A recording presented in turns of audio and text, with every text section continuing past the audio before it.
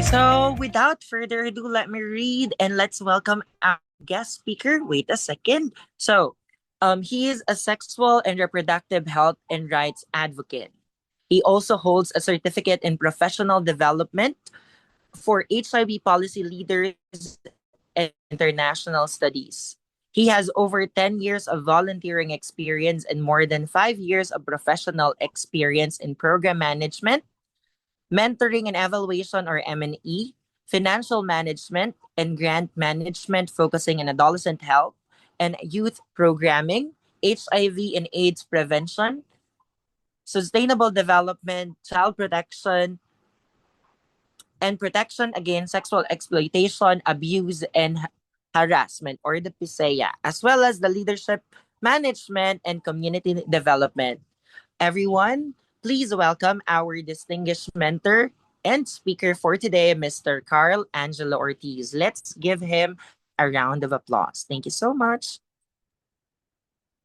Hello, thank you so much mga kapatid. Good afternoon everyone. Audible ba ako? Naririnig niyo naman ng Yes, maayos. po, you're audible loud and Yeah, okay. So thank you everyone. Mga kapatid from Wagayway to kapatid Ivan and to the rest of the working team for this afternoon for inviting me.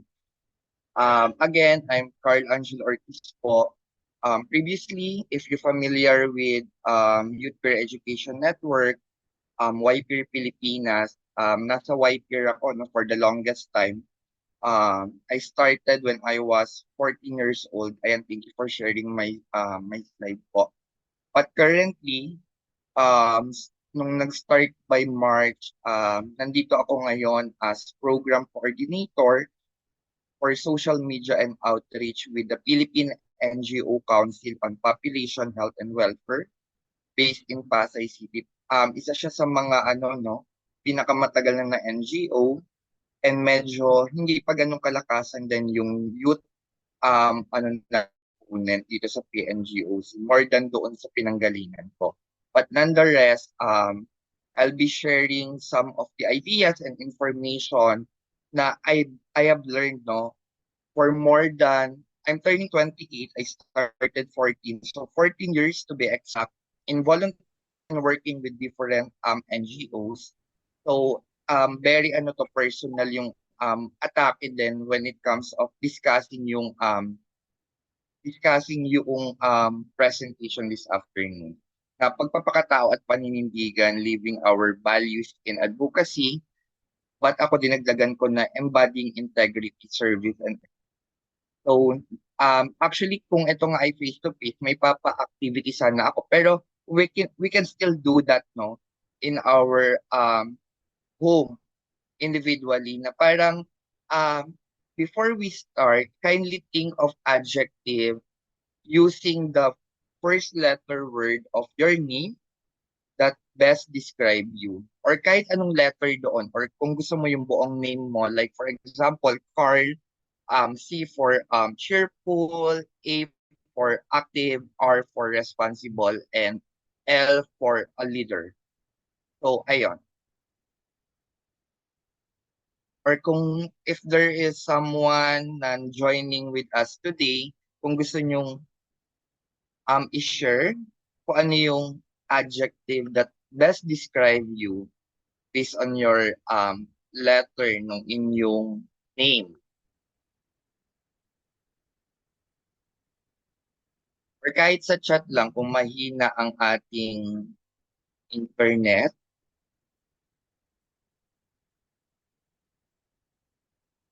Or okay lang din kung nahihiya pa tayo. Pero let's move J for Jack of all trades. Daw si Julius. Wow. Thank you, Julius. And dun sa iba nating mga kapatid na joining with us, kung wala pa kayong naiisip or kahit assignment na lang siya, pag nilayan natin siya all throughout the weekend kung ano yung nagdi-describe sa atin. And minsan, nagkakapalit-palit din siya, or nag-iibig ko, yung si ko is careless, pero hindi naman pala. So, moving forward, next slide. So, bakit ko siya pinapa-describe and ano yung kinalaman niya for this afternoon, Kasi ako lang yung gumawa nitong konsepto na to, na bakit yung first letter word na natutunan natin when we are still a child, nung bata tayo, yung alphabet and even the alphabet, nag-start siya sa A, B, C, D. And may kinalaman yon sa aking pananaw doon sa pagiging tao natin at kung ano man yung ginagawa natin, trabaho natin, hanap buhay natin, at lalo tigit doon sa pagiging advocate natin. And yung ABCD na ito ay nagko-correspond doon sa attitude, behavior, character, and discipline. Na ngayon ay hihimay-himayin natin at titignan natin at magre-reflect tayo isa-isa na ano ba talaga yung meron tayo, ano yung attitude, ano yung kind of behavior, ano yung character na nai-impose natin sa community, sa mga taong nakakilala sa atin, at ano yung disiplina na meron tayo. So, isa-isayin lang natin, no? Pag sinabi kasing attitude, ito daw yung feeling natin or thinking, no? Doon someone or sa something na yon na nagre-reflect daw yung attitude natin sa ating behavior, no? So, a settled way nga siya ng thinking or feeling. Kaya di ba minsan pag naiirita tayo or meron tayo sa community, and even sa mga friends natin, ay attitude si ate. So, kasi yung attitude na yon, it reflects yung ating, and yung behavior naman daw, is yun yung ginagawa natin. Kung paano tayo kinakandap yung oneself natin towards others, no?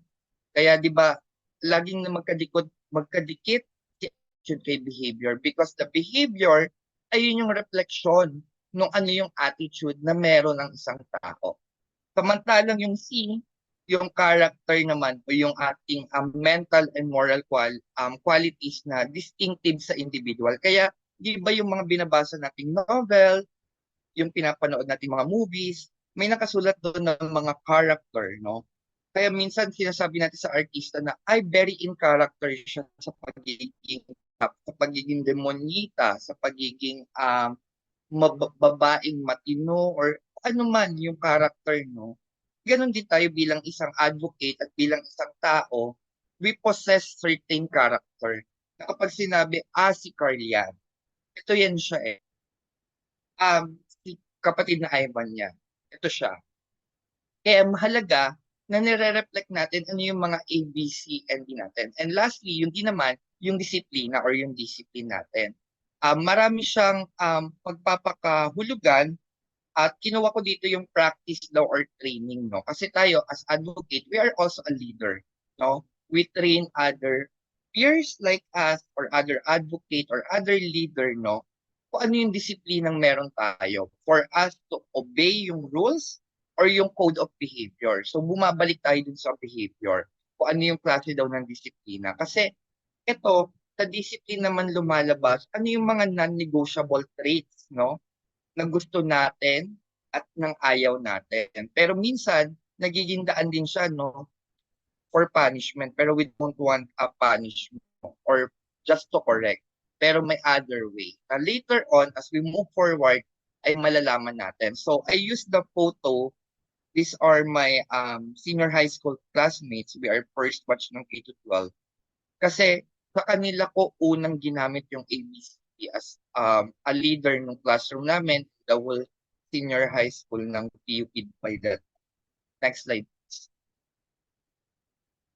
Doon na tayo tutungo nung pinag-uusapan din kasi na yung ABCD, yung pagkatao natin, yung pagiging advocate natin at bilang isang marami pa sa atin no o yung iba estudyante pa na leader estudyante rin at being advocate is also being a leader, a community leader. At there are different types ng pagiging leader, no?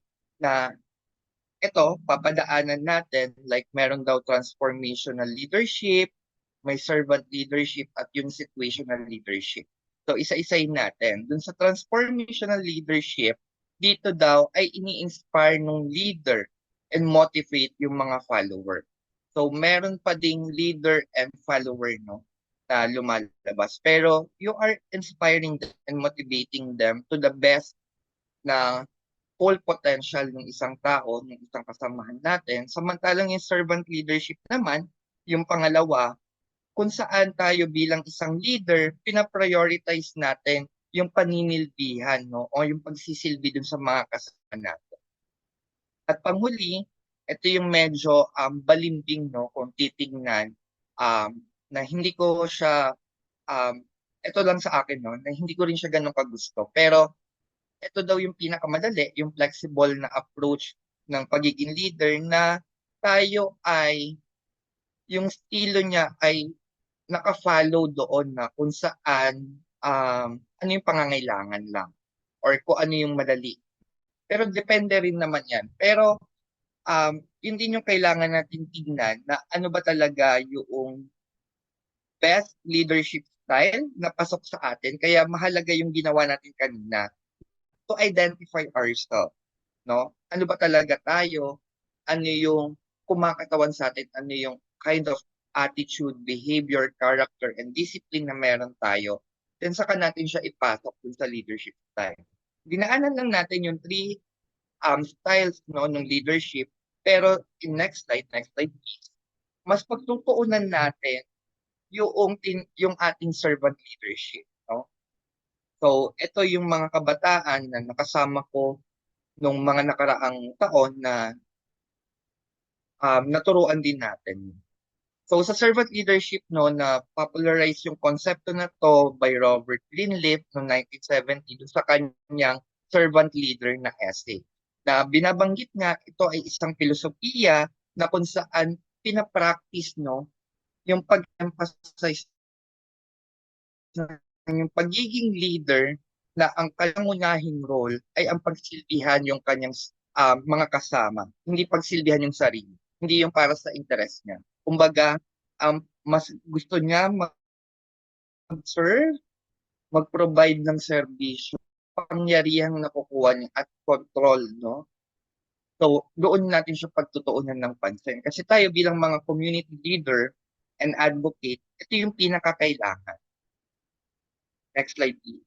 Kasi sa totoo lang, mula din sa aking karanasan, no, at bilang doon sa aking pagninilay nitong mga nakaraang taon, maraming mga organisasyon at maraming mga NGOs or mga grupo or kahit formal man yan o informal na unti-unting nawawala o nabubuwag dahil kinakain sila nung kanilang sariling sistema, no, kung paano nila pinapalakad yung isang organisasyon, paano nila pinapalakad ang isang proyekto at programa na minsan nakakaligtaan yung dahilan kung bakit tayo nandito. Kasi yun yung tanong tayo nag-umpisa, bakit tayo bumabalik? Maaaring wala na ako sa HIV program, no? Kasi ang program namin sa PNGOC ngayon ay nasa children talaga, sa club food. We provide free club food treatment. Pero kapag may mga ganitong invite, pabiyahe pa nga sana ako pa Batangas, wala lang masakyan. Talagang babalik at babalik, no? Kasi yun din yung dapat nating isaalang-alang at isaisip. Bakit ka nag-umpisa? At bakit nananatili ka? At bakit babalik at babalik? So moving forward dun sa key characteristic ng servant leader, of being a servant leader, ay yung service, no? Yun yung top most important. Na dapat our main goal, our main intention is to really to serve, no? To serve our community, putting the needs of our community. Kaya yun yung mahalaga. Kaya dapat pakinggan din natin, no? Maaari din kasing we provide service, pero nakikita natin, ito yung servisyong kailangan. Pero sa katotohanan, pag bumaba tayo at nakapanayam sila at nakausap, hindi naman talaga yun yung kailangan nila. So kailangan, alam din natin, putting their needs, no, and develop. And then second, yung empathy. Bilang isang servant leader, napakahalaga ng deep understanding. Minsan kasi, kung ano lang yung nakikita natin at naririnig natin mula sa ibang tao, yun na lang, no? Kumbaga nagkakaroon, ito yung nagiging susi o daan kung bakit may tinatawag tayo na stigma and discrimination. Yung pagsasamata, no? Doon sa grupo man to o maging doon sa individual, no? Kung ano yung nakita natin.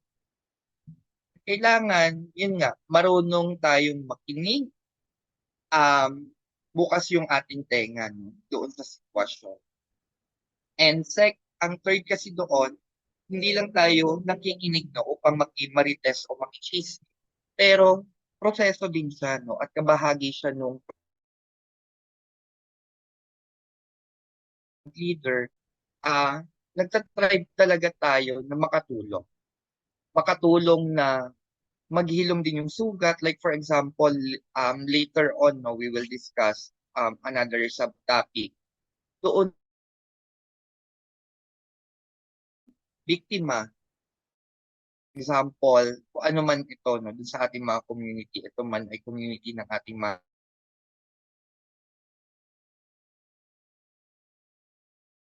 victims, no? Victim survivor na PSEA, ng CSEC-OSEC, at kung ano pa. So we are fostering yung support environment, no, for them. And then the fourth one is din tayo, hindi lang being advocate, pero bilang isang Pilipino at isang botante, no? Aware tayo doon sa paparating na halalan, kung sino yung iboboto, maipasok ko lang, at aware din tayo doon sa sitwasyon noong mga kabataan na kinabibilangan natin na papataas ang kaso ng HIV, papataas ang teenage pregnancy sa pagbibigay ng budget dahil sa pag-aklas ng Trump administration, USAID, medyo hirap, no, yung ating community. So kailangan yung high level of awareness. Kung aware tayo, makakapag-identify tayo ng mga solution at ano yung mga actions, no, na kailangan i-possess ng pagiging isang servant leader, no? And then the fifth one, persuasion in a good way, na we are not persuading someone or a group, no, na relying on more on formality, no, or authority. Yung pagiging servant leader natin, nag-stick tayo na kumbaga ma-influence, no, more than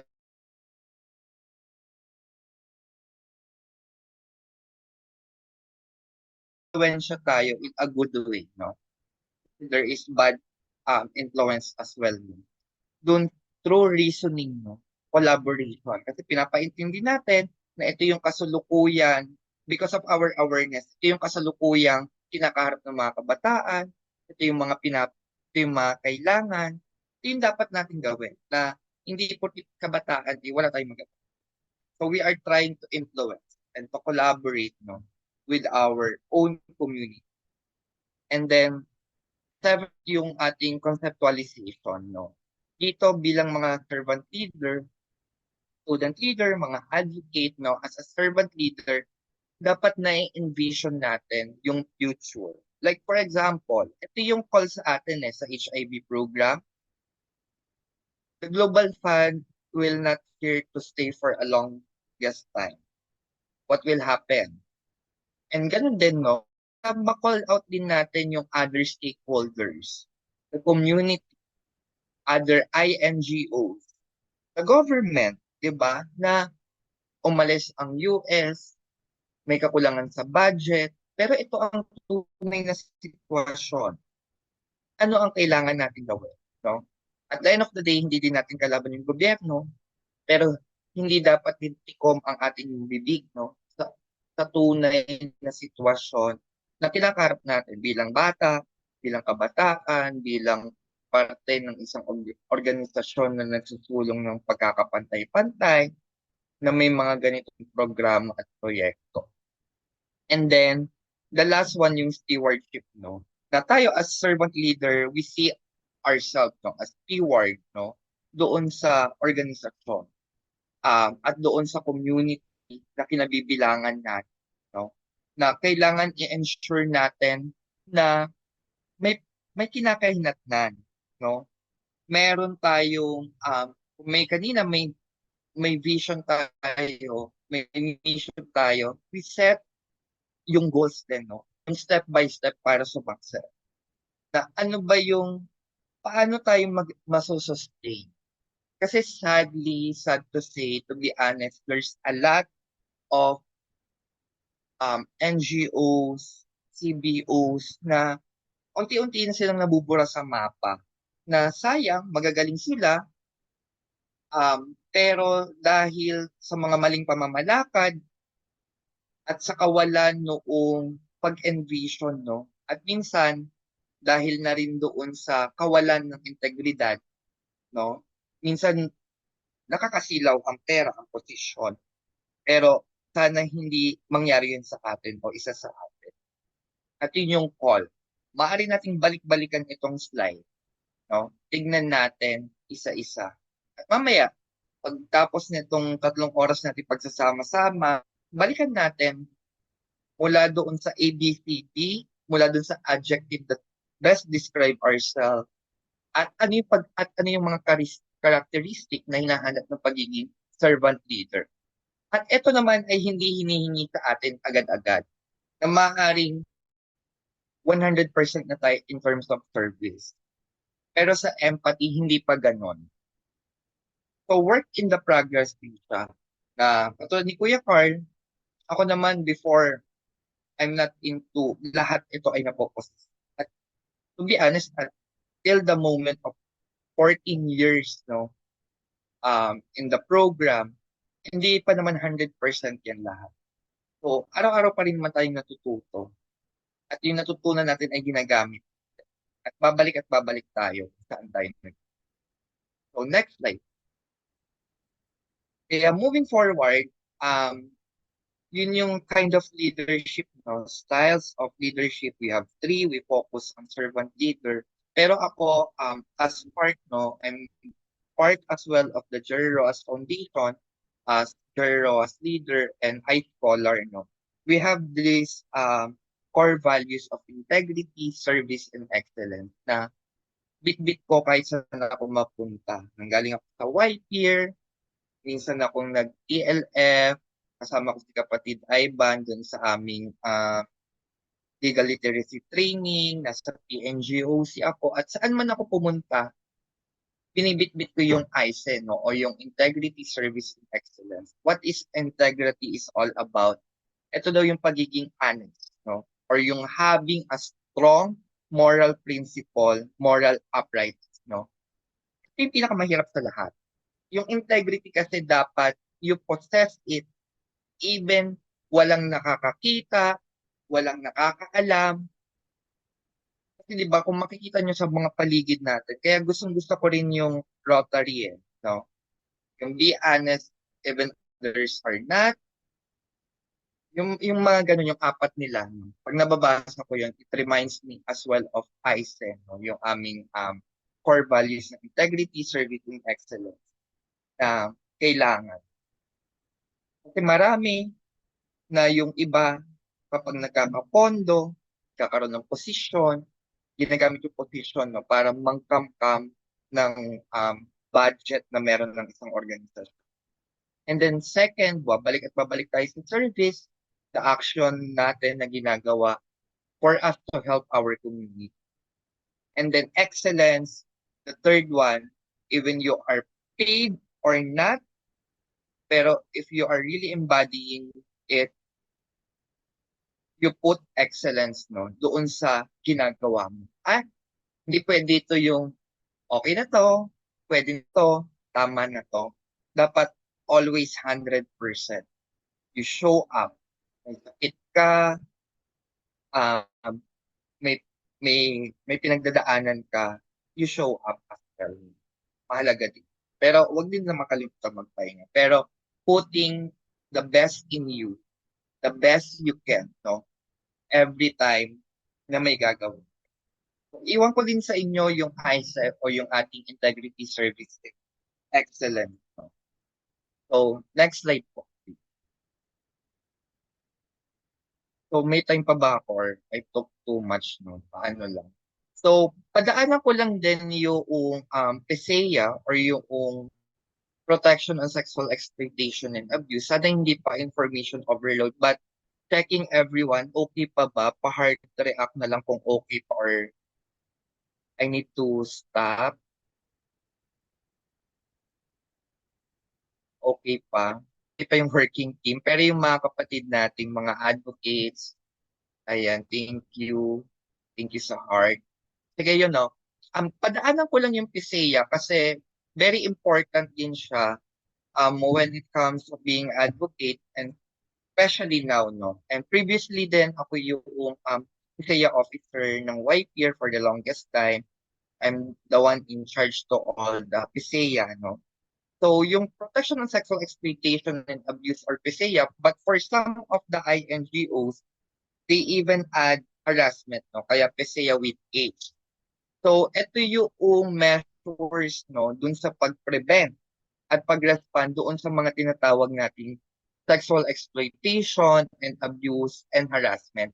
At the same time, it ensures daw na yung isang organisasyon katulad ng Wagayway at yung isang grupo or samahan, no, ay ma-ensure yung safety at yung pag-access doon sa reporting, no, na meron tayong maayos na sistema na naka-put in place and at kung meron mang mga victim survivor ay ma-provide yung excellent na quality assistance na kakailanganin nila, no? Bakit kinakailangan yung PISEA? Ito yung pag-e-ensure, no? Even do sa mga small trainings lang, ng mga 3 hours na mga ganito, para ma-enhance yung accountability na tayo, yung mga working team from the Wagayway, no? As tayo yung implementer, no, ng isang projects or programs and activities, ma-enhance yung accountability natin dun sa ating mga partner beneficiaries, dun sa mga ating co-advocates na uma-attend, no? And likewise, doon din sa ating mga dumadalo ngayon, no? Kahit yung mga simpleng isang oras, meron din tayong accountability na to ensure that all of us are safe and our peers, no? Ito ay, yung PISEA, it applies, no, even in normal settings or ganitong online settings, no? Kasi nga meron tayong tinatawag na OSAEC or online sexual exploitation. Lalo na sa mga humanitarian and other development context, no? So, dalawa lang yung dapat natin tandaan. Kami tayong maririnig na PISEA, yung iba mali yung pagkakahulugan, sorry to say, pero may iba na ginagamit yung PISEA, no, para tiktikin yung ibang organisasyon at tiktikin yung ibang community katulad ng mga kapatid nating sex worker.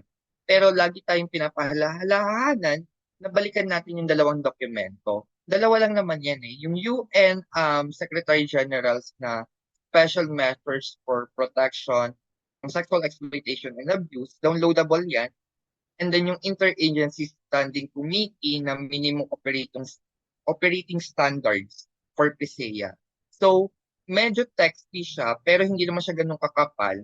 Kaya nga yung ibang organisasyon nahihirapan kapag binubuo na yung PISEA policy nila. Kasi ito ay nakalatag lang dun sa mga papel na ito, as in black and white paper lang siya na nakasaad, no?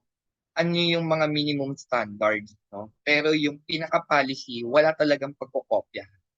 Pero dito, pinapaalalahanan tayo doon sa core principle, no, na zero tolerance, no, of all forms, no, doon sa ating sexual exploitation, abuse, and harassment. It includes the commercial and online sexual exploitation, yung ating CSEC o SAEC, with the principle ng do no harm. Kasi right after this, after how many Saturdays, babalik naman tayo sa community eh. Sa organizations natin, sa barangay natin, sa community organization na kinabibilangan natin. At we don't want na maulit yung mga nangyari noon. Kung bakit may um, mga usap-usapan na minsan even sa PS or yung pag-conduct natin ng community-based screening, may naharap na we don't want it to happen. No? So next slide please. So ayun yung two global document and yung principle. So yung pinakamahalaga dito is the idea of consent. So a yes or no. So tandaan natin sa consent, even dun sa paghawak lang ng kamay, kailangan natin ng consent. Lalo na dun sa pag-kiss, no, kahit smack lang yan, kailangan natin ng consent. kung hahawakan natin yung parte ng katawan, lalo na ng tao, no, na hindi naman natin kakilala, kailangan natin ng consent. At lalong higit kapag meron na tayong mga sexual activities, even partner nga natin siya, boyfriend, girlfriend, asawa, kasi yung consent daw, ito yung permission, no, for something to happen or agreement, no. Wala man siyang written document, wala man tayong pirmahan, pero yung usapan, no, dapat malinaw yung yes. Yes is yes, no is no. But not all silence means yes. Kasi yun yung paniniwala ng karamihang tao. Na silence means yes. If there is no clear no, a clear yes, it means it's no, no. Don't assume, no. At least unless it's stated, no. So, ito yung tatandaan natin. Mahalaga yung idea ng concept. Next slide, please. So, doon sa consent, no, ang tatandaan natin yung price. Hindi siya Jollibee, hindi siya McDo, pero price.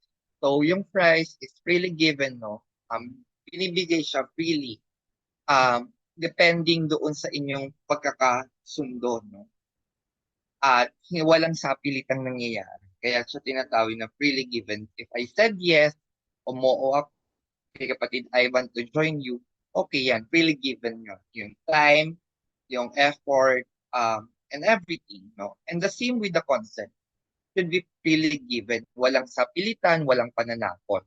Kasi hindi na siya freely given kung nasindak lang or natakot. And then yung R, reversible daw. Ibig sabihin, like for example, may partner ka, pumayag siya, okay, mag-sex tayo. Pero BJ lang. Tapos, yung ginagawa niya ng BJ, umayaw siya bigla, hindi ka pa nilalabas. It means, ayaw niya na, you need to stop. No? So, nare-reverse siya. At hindi ibig sabihin, nag-yes ka ngayon, mag-sex tayo. Tomorrow, nag-no siya, it's a no. Hindi laging all throughout, no? Parang 365 a year. Yes na yun kung yes. And then, I inform, no? Lalo dun sa ating mga sex worker, dun sa ating doon sa ating mga sex worker nga, no? At doon sa mga nag-orgy, no? At yung mga nakausap natin sa mga dating app, either Grindr, kung ano yung usapan natin, we're informed. Okay, if you don't want BDSM, yung mga tali-tali pero gusto niya, pero nag-umayaw ka, dapat hindi. Dapat inform kayo parehas. Ito yung gagawin, hanggang dito lang, ito lang, ano yung mga pwede, ano yung mga hindi. And katulad nga nun, balikan natin yung R. Kung pumayag ka nung una, pero nasaktan ka at umayaw, kahit informed ka, wala na yun. And then E, enthusiastic, no? Na dapat we feel it, no? Kasi tayo naman, it's a normal in our body. Enthusiast tayo, no? We feel it na if we really want it or not. Or it really works or not. And then lastly, S, specific. Yun nga, medyo nabanggit ko na din dun sa inform. Pero magkadikit siya na specific, no, na identify natin na, oh, mag-ano tayo. Pag sinabing cuddle lang, or ask for consent na ulit. Kasi dapat very specific kung ano yung mga dapat gagawin ninyo between two of you or more. Kung you are doing orgy, basta always safe. No, aura safely tayo. We have different combination prevention, no, method.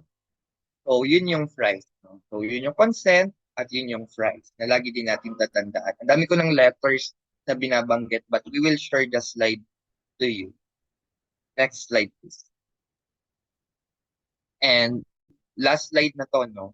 So, what we should do no harm, no? Alam na natin yan. When we say of do no harm, na dapat yung community na pinagsisilbihan natin, na kesa ma-uplift natin sila at nagsiserve tayo, ay na-impose pa tayo ng harm. Like for example, nung bago ang PISEA, just to, ano lang, no? Just to be straightforward, there are different advocates and even organization na ini-impose na, o PSEA, even sa mga sex worker. At the end of the day, sex worker is work. Dapat ang proper key messaging doon when we provide PSEA orientation, dapat it not targeting specific community, no? Kasi dapat nga ang PSEA, it embodies the fulfillment, the safety net of everyone. Either you are injecting drug users, if you are a sex worker. But ang binabanggit na do no harm dito ay yung harm na may impose dun sa community because we are doing it without their consent. In the same way na nangyari sa PSEA for the longest time. Is there proper consultation? There better understanding for the community what is really PSEA? And then the second one is we need to comply with PSEA. Kaya nga marami ang mga international organizations wonder if you don't have PSEA policy o high risk ka sa UN system, no? United Nations, in all the agencies of UN, UNFPA, UNICEF, if wala kang PSEA at low risk ka sa PSEA, hindi ka makakuha sa kanila ng grant. Yung tinatawag nilang SSFA yan, kasi sa atin sa Global Fund, PRSR, no? Or PCA, no? Yung program document or PD, program document, na nagsusulat na 3 years or 5 years, 6 years or 12 years man yan na partnership for you to engage and to implement project. And then, syempre, kadugtong nung if we are really complying with our PSEA is not to engage in any type, no? Kasi alam na natin to, ay may kasabihan nga tayo, ignorance of the law excuses no one. Lalo na kung alam natin na merong PSEA, pero hindi natin din siya ine-embody, no? Or hindi natin siya sinasabuhay at patuloy tayong nakikipag-engage. Like for example, ano ba ang sinasabi sa PSEA na dapat yung ating mga partner beneficiary, like they are receiving, like for example, receiving free training, hindi yung hinaharas natin sila. Pero it doesn't mean, like for example, natural naman sa HIV program, like for example, you are nag-grinder kayo, nagkausap kayo doon, di ba? And may consent pareha. And then lastly, napakahalaga na nare-report natin yung mga case. Why? Para hindi na siya maulit sa at lalong higit dun sa ibang tao at para karoon tayo noong hustisya. No? At the same time, kapag nare-report natin ito, kasi nga we provide the proper o yung excellent na intervention, no, dun sa mga victims or bad. So that's the idea of PSEA, pahapyaw pa rin din siya, no? Kasi we have a limited time. Pero if you have questions, the servant leadership on the ABCD and PSEA, nandiyan din yung email number ko and nandun din naman ako sa group natin. You can ask me a question or meron na kayong question right now, feel free to ask your questions sa chat or you can open your mic if the internet firm kung kaya ng internet. Thank you kapatid Joel and kapatid Fran. Kayo yung mga lodi ko. Kayo yung mga tunay na mahuhusay sa community. Ako kasi mag-28 na ako so hindi na rin ako youth. So mas kailangan kayo ng community. So ayan yung mga pictures na yan. Ito during the Free to be Youth Hub, no? Ang mga YPeer volunteers and members yan, si Nathan yung na-train ko noong 2019, yung pinaka-upper. And then ito yung mga interns from PU. So any questions? Yan yung number ko, personal number ko, 24/7 yung bukas. Actually, yan din yung PSEA hotline namin previously. And then my personal email. If you have invites, feel free to invite. I'm happy to join you. So kung wala pang question, sige, I'll stay here naman. Nandito na rin yung next mentor natin, si kapatid Edward. So with that, thank you so much again, kapatid Ivan, and to the rest ng Wagayway working team for inviting me. So have a lovely day to everyone. At bumoto ng matalino, bumoto ng matalino sa Monday. Thank you po. Thank you so much, Carl, for that wonderful explanation regarding Bisaya. And yeah, I believe that consent is really a must. And regarding what you mentioned, darating na Lunes, bumoto po tayo ng matalino at ng matalino. Kasi nasa atin pong kamay kung ano ang magiging kinahihanap na ng ating bansa. Thank you so much, Carl.